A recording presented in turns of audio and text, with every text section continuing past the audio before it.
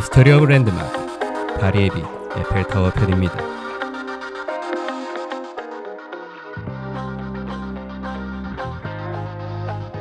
프랑스는 1889년 프랑스 혁명 100주년 기념으로 파리 세계 박람회를 개최하게 됩니다.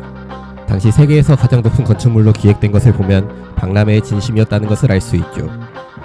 당시 초안 크로키를 보면 자유의 신상, 개선문 등 당시 유명한 건축물의 총합보다 높게 그림을 그렸는데요.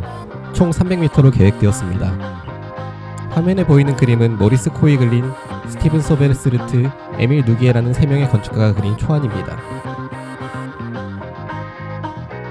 에펠타워에 에펠의 이름이 붙게 된 이유는 당시 구스타프 에펠은 건축회사를 운영하고 있었습니다. 방금 전 세 사람은 그 회사에 소속된 건축가들이었던 것입니다. 다행히도 에펠은 양심적인 사장님이었죠. 특허로 디자인을 구매하였거든요. 거기에 추가로 1인당 5만 프랑의 인센티브도 주었습니다. 당시 5만 프랑은 에펠탑 건축 노동자의 18년치 임금이었다고 하니 정말이지 저도 다니고 싶은 회사인 것 같습니다. 구스타프 에펠의 노력으로 에펠탑 건축은 하게 되었는데 파리 세계 박람회 조직위원회는 회의적인 내부 시선이 있었습니다.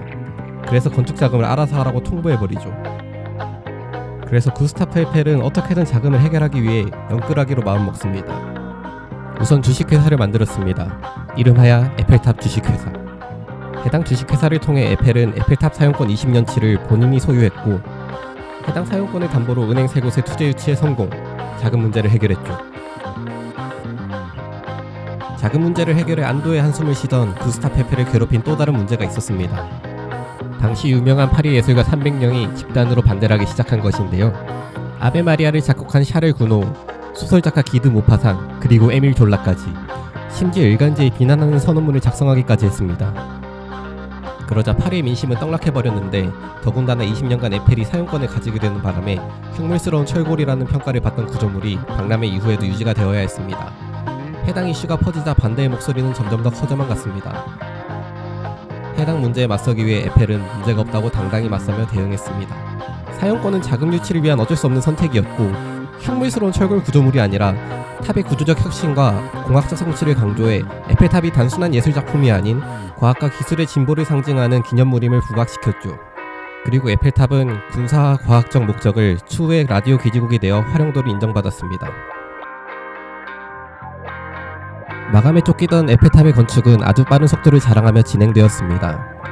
그러면서도 안정을 보장하기 위해 에펠의 회사는 약 5,300여 장의 도안을 그렸고 최신 공정을 도입했습니다. 약 12cm 정도 흔들리게 설계된 에펠탑은 300m까지 건설되는 동안 18,038개의 철 부품과 2.500만 개의 리벳, 그리고 약 250여 명의 노동자가 투입되었습니다. 1889년 3월 31일에 완공된 에펠탑은 구스타프 에펠이 직접 첫 번째 방문객이 되었습니다. 5월 15일 파리 세계 박람회가 개장되었고 박람회 기간 동안 에펠탑은 650만 프랑의 수익을 벌어들였습니다. 아까 20년간 소유권을 가졌던 에펠 이야기를 기억하시죠? 에펠은 부자가 되었을 것입니다. 에펠탑에 관한 몇 가지 이야기를 소개해드렸습니다. 앞으로 더 재미있는 영상으로 찾아오겠습니다. 랜드마크 건물의 역사였습니다.